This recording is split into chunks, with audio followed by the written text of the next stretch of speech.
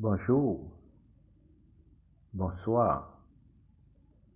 C'est la 14e partie, la dernière du thème le contenu de l'intérêt d'Haïti, 19e, 20e et 21e siècle. Le troisième titre, la quête d'unanimité, une vision, un projet économique et social. Le dernier sous-titre, d'un point de vue régional. Les élites haïtiennes en général ne défendent pas l'intérêt d'Haïti. Elles recherchent des miettes pour leur clan et le départ obligé pour le reste de la population, soit légalement fly people ou illégalement boat people ou les fuyards vers la République dominicaine. Un nouveau leadership politique muni d'une nouvelle méthode prône l'engagement afin de résoudre le problème des rapports entre l'initiative individuelle et la nécessité sociale, selon Leslie Manika. Donc, il faut comprendre l'influence américaine au sein de l'Organisation des États américains et agir en conséquence.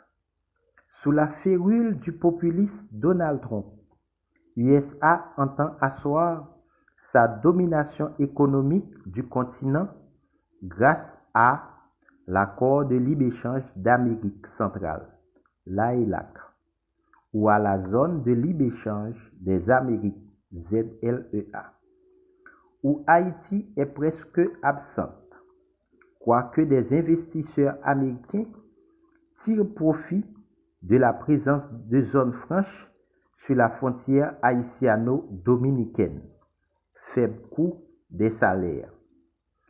L'affaire Maduro est une mise en garde aux compatriotes qui regardent vers la Chine après l'échec cuisant de l'ancien président Prosper Avril, sans connaître l'état de nos ressources minières pouvant intéresser Pékin. Face à la mondialisation, le marché commun de la Caraïbe, CARICOM, a son importance.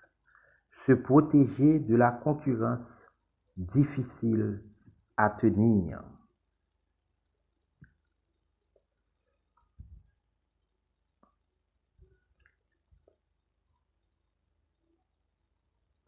L'exiguïté du territoire haïtien pousse à l'insertion dans le système économique mondial.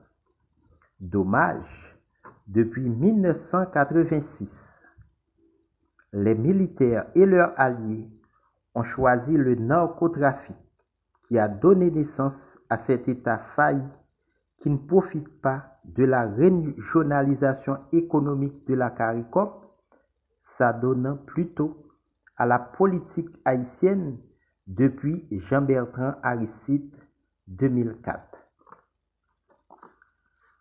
On ne conteste pas la Pax Americana ni l'Empire américain. Si cette nation protestante comprend notre refus d'être à la remorque de la partie orientale de l'île d'Hispaniola, un projet du Vatican par sa politique d'installation sur l'île depuis la colonisation espagnole, accepté de l'Espagne des rois catholiques et suivi tant par les religions d'ailleurs, par les États-Unis d'Amérique et la Chine.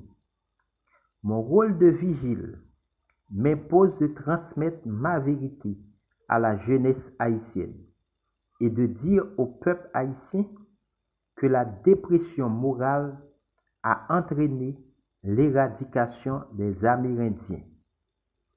À l'instar de Jésus, je voudrais vous sauver de la famine intellectuelle.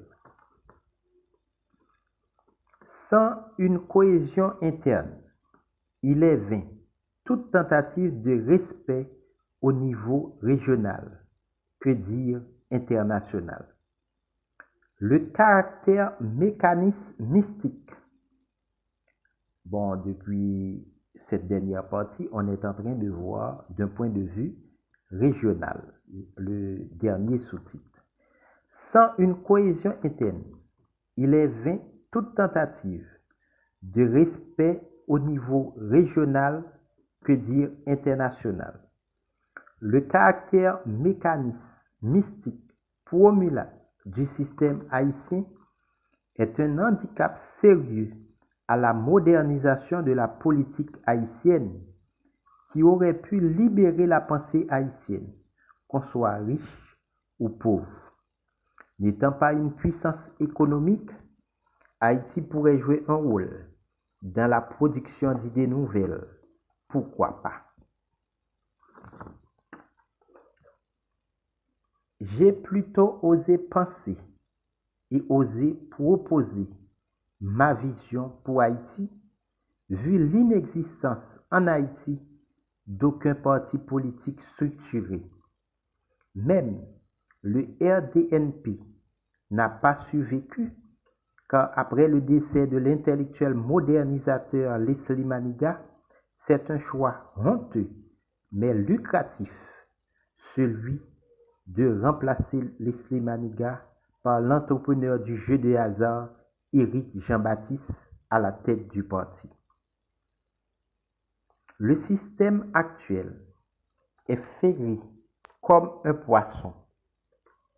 Le coup de balai final ne se fera ni par les âmes, ni par les unes.